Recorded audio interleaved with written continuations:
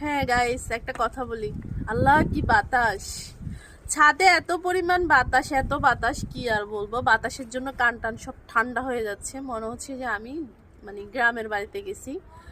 তো আসলে আমাদেরকে এখন ভাপা পিঠা খেতে হলে গ্রামের বাড়িতে যেতে হয়, স্বাভাবিক। গ্রাম মানেই কিন্তু পিঠার স্বাদ। তো এখন এই অন্ধকার হয়ে যাচ্ছে, তো গ্রাম মানেই কিন্তু পিঠার স্বাদ। তো পিঠার স্বাদ নিতে অনেক সময় গ্রামে যেতে হয়, কারণ সবার পক্ষে তো সব সময় গ্রামে যাওয়া সম্ভব না। শীতকালে অবশ্যই সবাই যায়, বাট আমার পক্ষে তো সম্ভব হয় নাই। তো আমি কি করব, আমার ভাপা পিঠা খেতে ইচ্ছে করতেছে, গ্রামের একটা ভাইব নিতে ইচ্ছে করতেছে। তো আমি কি করলাম, ছাদে আমার ভাইয়ের বউ আছে, তাইকে নিয়ে একটা চুলা বানাই ফেললাম।